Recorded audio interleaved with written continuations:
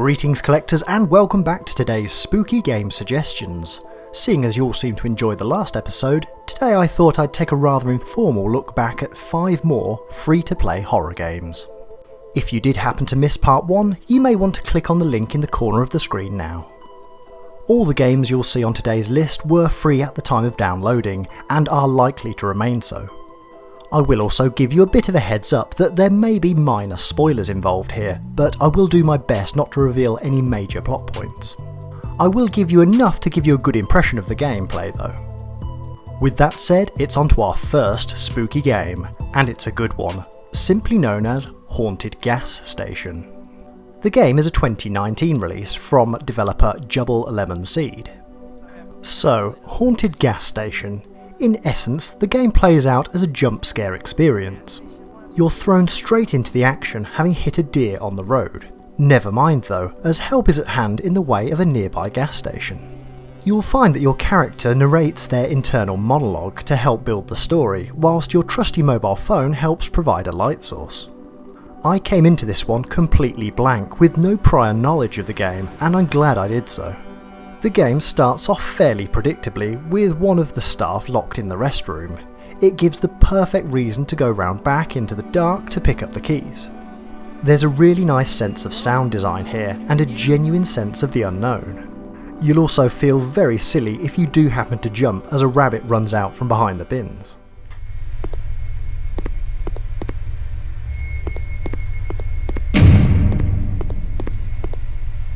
Things go south pretty quickly of course, as it's clear that death is in the air. It's unclear exactly what's going on early on, but the mystery all adds to the fun. It's clear that this title was made on a budget. NPCs are not exactly animated. Instead, there's always a good reason to have them quickly killed or already dead. This is an effective solution to having to animate the characters.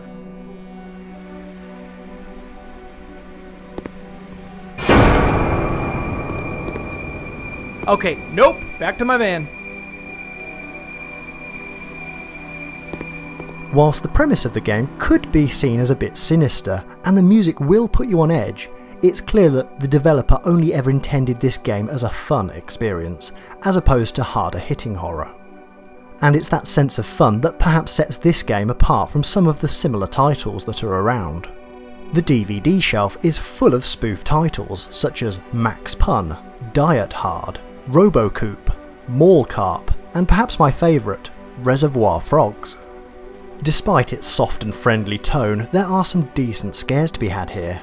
The music is spot on in terms of building tension, and the slightly unpolished aesthetic doesn't actually do the game any harm in terms of immersion.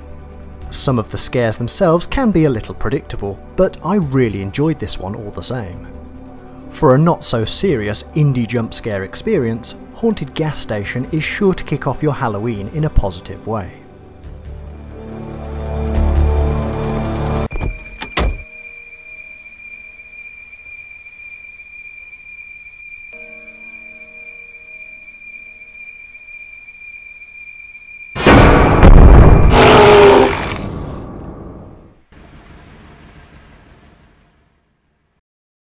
Next up, it's Lurk in the Dark Prologue, another 2019 release, this time from Idea Fruition. Where Haunted Gas Station brought the cheap thrill fun of jump scares, Lurk in the Dark takes an altogether different approach to scaring the player. For a free-to-play experience, we're very much in the higher tiers of visual quality and storytelling here. Now, I'll do everything I can here not to give away any plot points, as they are very much the cornerstone of the experience. I'll simply leave it that, at least early on in the game, it's your task as the protagonist to investigate the happenings of a rather creepy mansion in a town that has many secrets. You'll walk at a snail's pace, and that's not a bad thing, as it adds to the sense that should something be stalking you, there's little chance of fighting back or running for cover. The deliberately slow speed also emphasises the need to investigate your surroundings. The dark hallways are beautifully rendered and contain many messages, some useful, others are simply there for ambience. Throw into this the need to occasionally traverse the mansion by crawling under debris, there is a real sense of foreboding and the feeling that you are quite vulnerable to what else might be lurking around in the mansion. Lurk in the Dark does feature an inventory system, and you will need to obtain keys, health and other items to progress. Think of it as the original Alone in the Dark from a first-person perspective with the combat mechanics removed. It's a rather effective combination. Whilst there is now a complete excess of this type of game on the market, Lurk in the Dark does stand out for me as one of the more polished titles.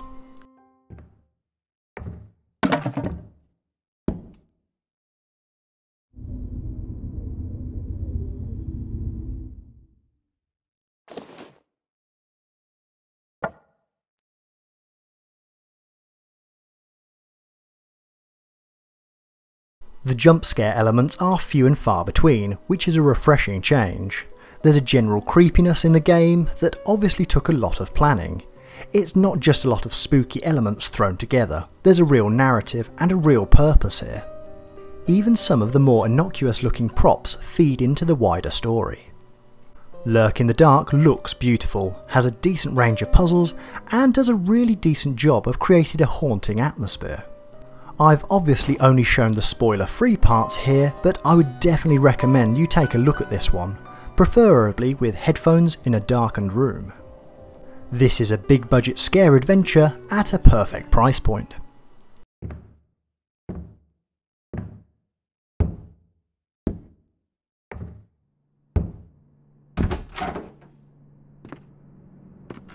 Lee? Where are you?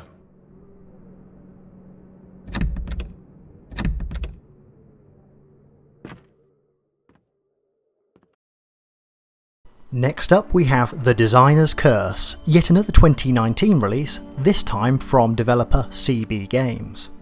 The game caught my eye because it was developed by a 15-year-old using the Unity engine.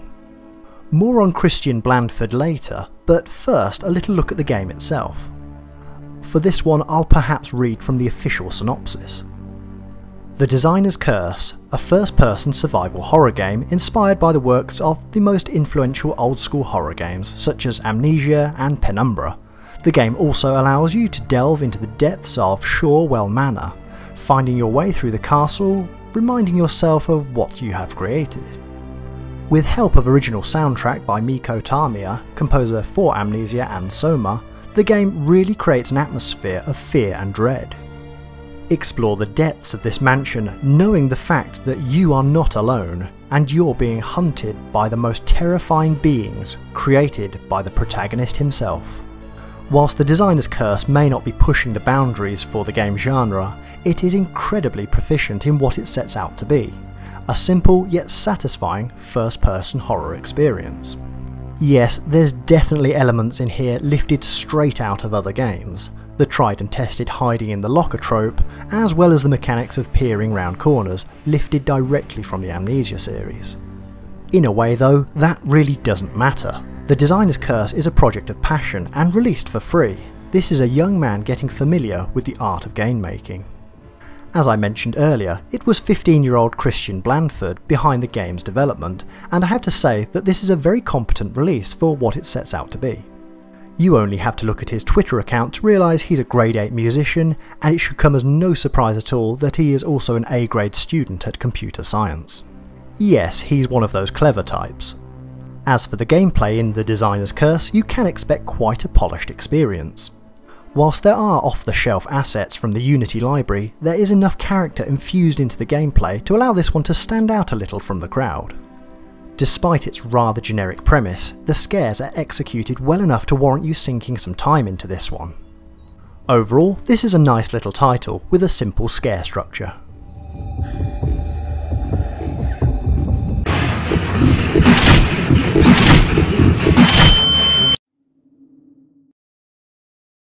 Simple is not something that you could describe our next entry as. When Darkness Comes is not so much of a game as it is an experience. I had heard of When Darkness Comes prior to downloading it, but had seen very little of the gameplay and knew very little about the storyline. As with many of these titles, that is perhaps the best way to discover When Darkness Comes. Although I will show you a variety of clips here, I will steer clear of the game's real meaning and any of the fundamental plot twists. Yet again, hailing from 2019, the experience was developed by Syrian. Just to add to the meta, Syrian will also greet you within the game. As soon as I loaded this one up, my mind was taken back to what I thought was a similar game, the Stanley Parable. The two were clearly out for that deeper meaning experience rather than jump scares galore. When Darkness Comes is an entirely different beast though. It is an experience that both tries your patience at times, but does enough to offer up some breadcrumbs that something more interesting is yet to follow. The game is certainly not all-out horror, despite being listed as so in the Steam store. Even the psychological horror tag seems to not quite fit the bill here either for me. You're met by Syrian in his experience and go through a purposefully painful, slow orientation of the mechanics and essentially just walk from room to room. Didn't you go through the exit portal? Ah, yes, you did. Why are you still here then? Oh, that's so weird. Tell you what, I'm gonna just make another door. After about 15 minutes, I was almost ready to throw in the towel on this one, as I didn't think it would make for an interesting recommendation.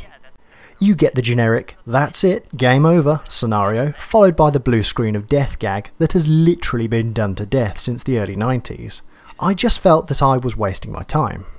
However, I persevered and was rewarded for my curiosity. Before long, you'll encounter more sinister imagery, which will then be offset by more beautiful imagery, then back into a more foreboding setting once more.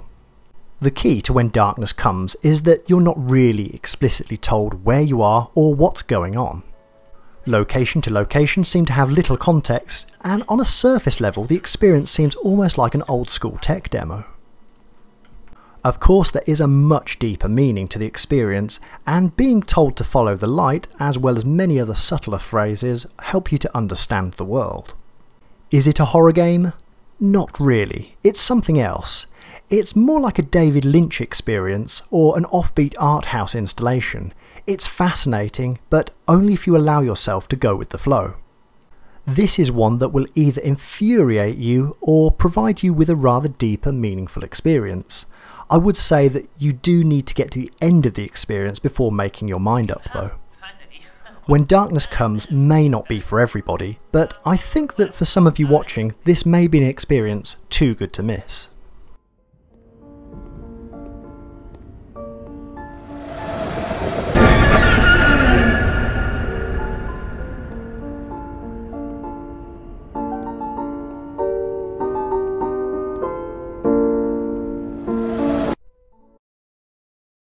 Guess what? We're remaining in 2019 with perhaps my favourite game on this list of freebies, Mr. Hops Playhouse by the developer Moonbit. Every kid has that one toy that scares them. Imagine if it came to life. You play as Ruby, a young girl who has a fear of her handmade toy called Mr. Hopp. Things take a dark turn when Ruby sees that Mr. Hopp, who usually sits motionless in the corner of her room, is gone. So, how to explain this one? Well, for me, this game is part side-scrolling adventure, part horror game. Although the subject matter is a little different, I can't help but draw the comparison between Mr. Hops Playhouse and the earlier 2D Clock Tower games. Here, stealth is your friend as you creep around the house to find out what has happened to your parents and solve clues in the house. Find items such as the tape recordings to help solve the mystery. You can duck behind furniture to hide from Mr. Hopp, as well as ensuring to jump over any loose toys so as not to draw attention to yourself. The puzzle elements combined with the horror and stealth aspects are a winning combination in my opinion. The game isn't as easy as it might first seem, and there has definitely been a lot of love that has gone into the game design of the characters and the house itself. Oh, and Mr. Hopp is terrifying if you don't expect to see him. I can fully recommend this one, and it needs no further explanation as to why.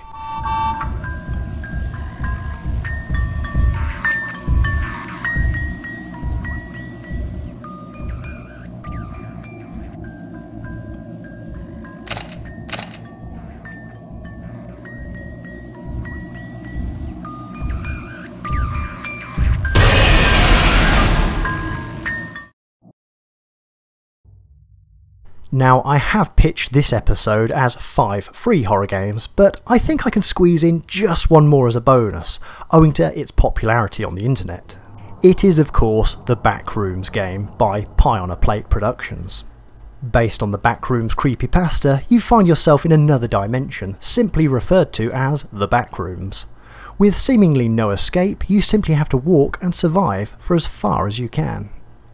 No, really, that's it. You can check your watch to keep sane. Other than that, you simply face an unlimited amount of generated rooms. As you can imagine, games like this are difficult to review as they are all about the experience more than anything else. There are of course losing conditions. With your aim being to keep sane, it won't be long before you start seeing things. Just don't look at them, and you may just survive.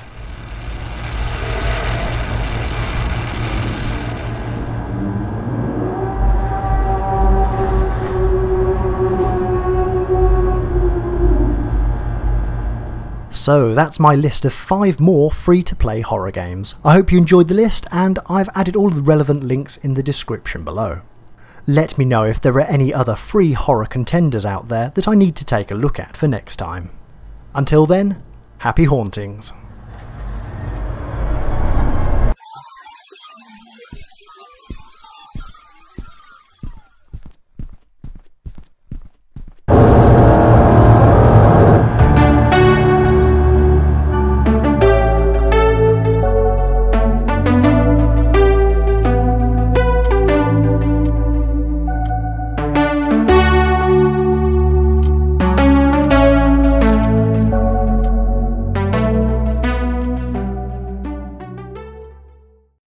Hello again, I hope you enjoyed today's show and thank you for the view. Remember, you can always comment, like, subscribe and find us on the social media sites below. Happy collecting!